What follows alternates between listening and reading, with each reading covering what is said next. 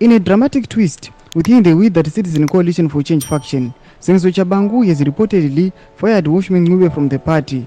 The announcement, which has sent shockwaves through the party, has been swiftly dismissed by a faction loyal to Triple C leadership, labeling a move as invalid and lacking legitimacy. Pana patona kuti vanhu vabuda tora matyo kuti aiwa Tshabangu pangu po 22 million abva tofaya vamwe vakomana aiwa mari katosara editori yake ega. Pana patona kuti pane press statement anobuditsiwa chiona kuti aiwa vana Watchman Ngube vanokunzi vava fired. Sanapenda mashuka anobuda nyugo pana mudodi wa subscribe or like or turn on the bell icon. Timina unomonyo kwa mchinzi.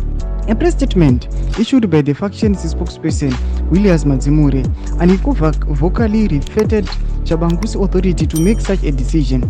The statement claimed that Tshabangu's position as the interim secretary general was not recognized by any legitimate party structures.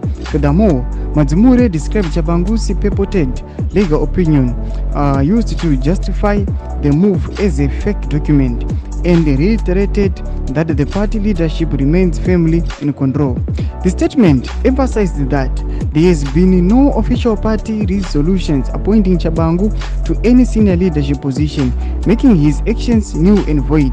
It also urged the party members in public disregard Tshabangu's attempt, citing that the leadership of the party is in full control and denouncing his actions as self-serving propaganda aimed at sowing divisions.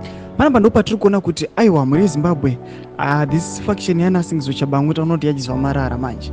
Notiri kuona pana Tshabangu aiwa pane mashoko anobuda chinzi aiwa akafaya vakomana vana Watchman Ngube. Patiri kuona kuti the spokesperson of the faction anonzi Williams Madzimure anobuda achitaura otherwise achiti aiwa hapana machanges akaitiwa. Zvatiri kuona kuti vakomana ava nyonzi kuona kuti hapana kuwirirana kuripo, hapana umwe chete. Tichiona kuti aiwa nhau yemari iyi kungopinda kwayakangoita vakomana vachatowirirana kwata nokukakatana patunoti aiwa mbonakana transparency apambonakana party yakadai so aiwa vari kungoita zvavo mahombwe. Kuti mafungiro enyu muri kudii pamusoro pechitiko ichi? Aiwa pinda comment section medu, subscribe or like and turn on the bell icon.